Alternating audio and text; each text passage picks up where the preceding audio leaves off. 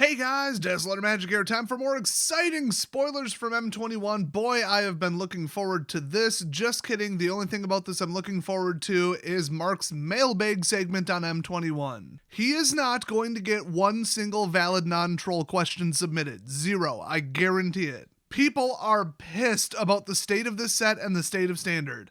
I've read some of the tweets. I think I might make a video about it. But for now, we've got Keravet the Spiteful. He's a 3/2 for 4. He's a legendary creature. Good, he should be, because other creatures get -1, -1. I mean, if you Rattle 3, they would all just kill each other. But anyway, I can't figure out if this guy is good or not. I mean, in one case, he's like, whoa, Standard's too powerful and the damage amounts are way too high. Let's, crank it back down. But then on the other hand, Torbrand. I mean, he's a creature, he has no evasion, he's just gonna get killed. It's that simple. I guess if your opponent's running 3/3s, you could bring him back down to 2/2 and then use the -2 sweeper. There's a couple of those in the set, otherwise you're slowing your creatures down as much as you're slowing theirs down. So what I'm thinking is the only deck this would possibly go in is an Esper control deck. That's blue, white, black, and you just sit there and try and go for an alt win condition, basically. In the meantime, you remove, board wipe, whatever, suppress your opponent's creatures. Well, here you go. So this is just another Esper card. Wonderful, great, awesome. Thanks, Wizards. Next up, Niambi, Esteemed Speaker. She may be esteemed, but Wizards is definitely not going to hire her because she's black. So she's a 2/1 legendary for 2 with flash, and when she enters the battlefield, you may return another target creature you control to its owner's hand. If you do, you gain life equal to that creature's converted mana cost, and then if you pay 3 and tap or discard a legendary card, draw 2 cards. Boy, add this to the list of weirdly specific cards where it's almost impossible to find a deck where you would put this in. Dominaria already cycled out, and this is the least efficient life gain card, plus it's blue, that I've ever seen. It doesn't help blue-white flyers. I'm completely at a loss for what the hell this is. She's kind of like a situational counterspell, but then you just have to recast whatever you just prevented from getting blown up. And people are just going to board wipe anyway, so I don't know. Next up, we've got a reprint, real lazy reprint because I remember that artwork of Rattle Shaman. And get ready to get your battle rattled because it's a 2/2 for 4, and at the beginning of combat on your turn, you may have target creature get +2/+0 till end of turn. Maybe you could target your own creature and give it the 4 damage that it should have had in the first place for costing 4. I think the idea is to grant this to a Trampler or a Double Striker. Not impossible to do, but by today's standards, it's pretty pathetic.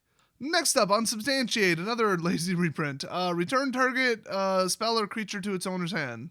So you blast a creature back to hand, or you can take a spell off the stack and put it back into somebody's hand, in which case they'll probably just recast it. In fact, they'll definitely just recast it. You might as well just run an actual counterspell. Next up, Glorious Anthem. It's a 3-cost enchantment. Creatures you control get +1/+1, because we really needed another universal +1/+1 card.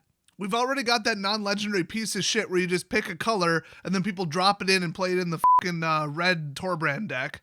Great, now we've got this, and it's not legendary either. Wonderful. Unrestricted +1/+1s should 1, have legendary on them, 2, probably cost 5 or 6 mana, and 3, not exist. In that order of priority, clearly.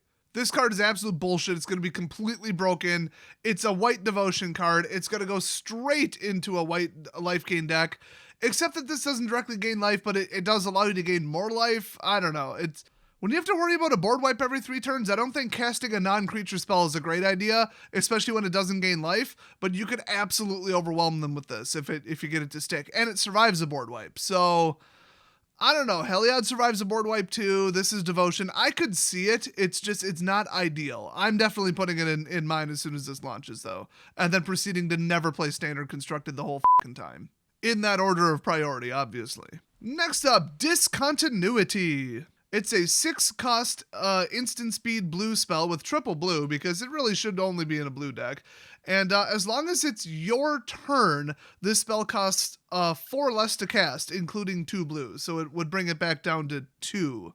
And that makes sense because this is like game ending during your opponent's turn, and it's just a really good counterspell during your turn. So it just simply says end the turn. That's it, turn's over. Now, they could still respond to this with instant speed stuff and then resolve it ahead of it on the stack. Or obviously just counter it, but not a lot of counterspells are getting played in standard right now because stuff is so, I'll worry about it later. There's so much exiling and board wiping that people just don't feel the need to counter anything in real time. So during your opponent's, I think not untap step, I'm not 100% sure, but certainly their upkeep, one of those 2 phases. I don't remember the rules on that. You could just end their turn. And that's bad enough, but I'm sure you could bring this back from the graveyard. I'm sure you could, well, I'd say clone it, but who cares? You could probably cast it for 0. You could probably go fetch it out of your library for free. Standard's pretty right now. Because they went so far with the power level and the flexibility of cards and the mana fixing, you got every deck can basically do everything. So it's almost impossible to print a really good card like this and not have somebody do something degenerate with it that you didn't intend. Especially since playtesting doesn't know what the hell they're doing. So basically the rest of the phases of that turn just don't happen and it goes to the next turn. You do all the end of turn crap and that's it. Oh, and all spells and abilities under this on the stack are exiled. How do you, quote, exile an ability from the stack? I don't know, but that's what they wrote, so I'm reading it. So during your turn, you could just, in response to, I'd say a board wipe, but they're almost all sorcery speed. I don't know, in response to something really, really bad happening, you could just spike everything and end the turn, but you don't get to swing, you don't get to activate any more Planeswalker abilities, you don't get to play any cards, you don't get to use the rest of your mana. It's kind of extreme for 2 mana when you could just run, a counter spell. And then during your opponent's turn, do you really even have 6 mana? If you do, I don't know, summon something that wins the game instead of just ruining 1 turn and that's it, and then hoping you draw something better. I don't think this is as good as people think it is, unless you do something massively degenerate with it, which is what people are going to do. So not even really that good of a card, but people are going to, free cast this in a loop or some horse shit like that. The one little safety measure missing from this card is exile it after it resolves. The fact that this goes to the graveyard means it basically goes straight back into their hand because somebody will find a way to do it. And then they will end 100% of the opponent's turns. I cannot believe that they were stupid enough to not put exile this spell at the end of the resolution instructions. It's so careless, it's so stupid, but then again, it's Wizards of the Coast, so I'm not surprised. So next up, Finishing Blow. It's a 5-cost instant, destroy target creature or planeswalker. Wow, overcosted. We used to be able to do this for 3, Hero's Downfall. So this is garbage, but if you're wondering why they keep printing overcosted removal like this, that's really good, it's because of draft. This actually would be good in draft. And you want it to have the widest possible amount of targets because it's for draft. Now this next one, Terror of the Peaks, I thought we were out of mythic slots already. I thought they already spoiled them or leaked them or whatever, but whatever. I guess we get one more shot at having a garbage red mythic because every set has a garbage red mythic. I don't know if you guys notice this. Goes way back to Comet Storm or whatever. Anyway, it's a 5/4 for 5 flying, and spells your opponents cast at target Terror of the Peaks cost an additional 3 life to cast. Nice. That's actually kind of creative. Whenever another creature enters the battlefield under your control, Terror of the Peaks deals damage equal to that creature's power to any target. So a planeswalker, their life total, or a creature. That is almost worse than Drakuseth. Almost. All Drakuseth has to do to kill 3 things is swing. That card never should have been printed. It's a disgrace to the game. This, pretty damn close.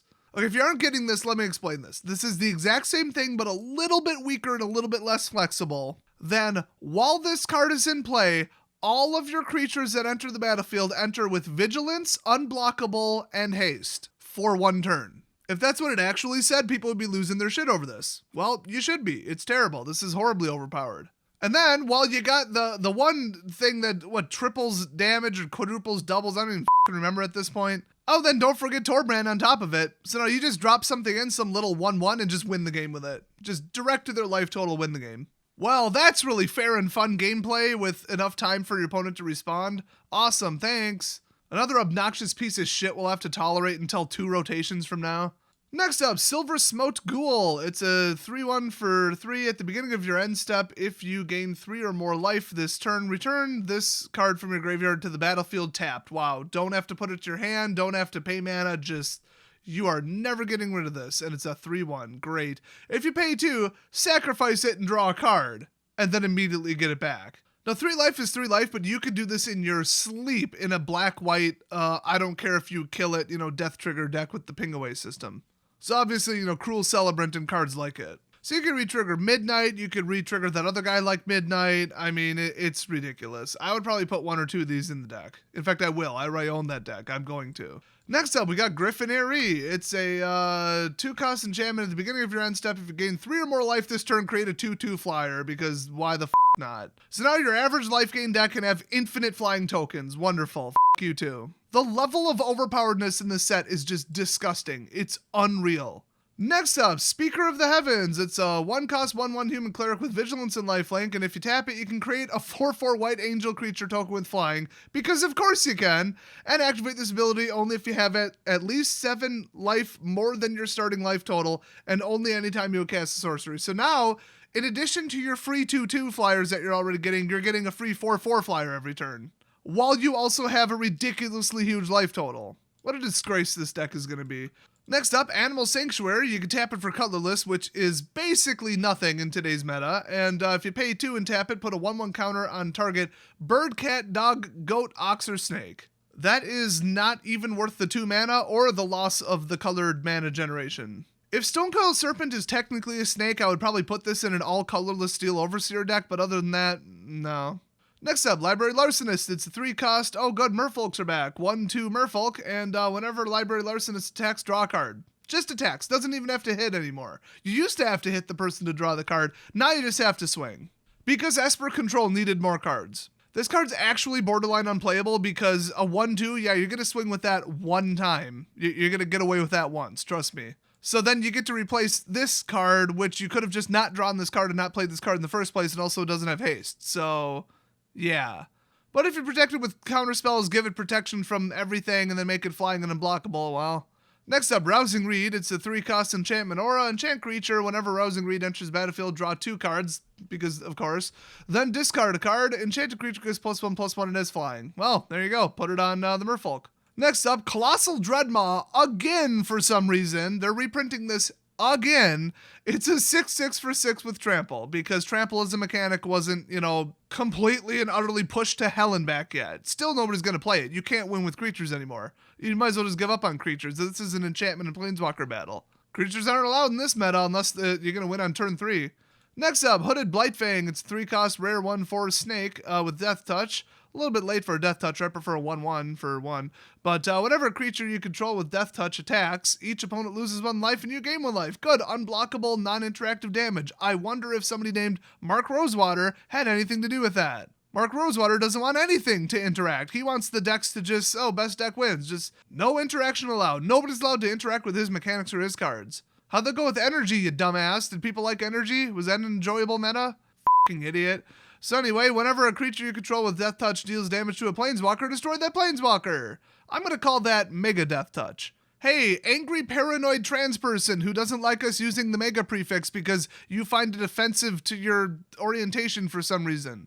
Get over yourself. You're the one who named it Megamorph. Get over yourself. That's one of the idiots that works at Wizards, by the way. That's the kind of quality of person they hire there. Where making fun of naming something Mega is automatically trans discrimination. What a paranoid, delusional mega bitch. So that's it for today's spoilers. Unfortunately, we're only 149 cards into this 274 card shit show. And yet the conclusion has already been reached. Actually, before M21 was even announced, the conclusion has been reached that Standard Constructed is going to be an unplayable mess. The problem is, none of this bullshit we're seeing from this set rotates. Obviously. So we are 1 year and 4 months away from getting rid of the most toxic shit that you've seen in the last 10 videos. Just keep that in mind. Thanks for watching, and I'll see you guys next video, which will probably be about Domain TCG, a better card game.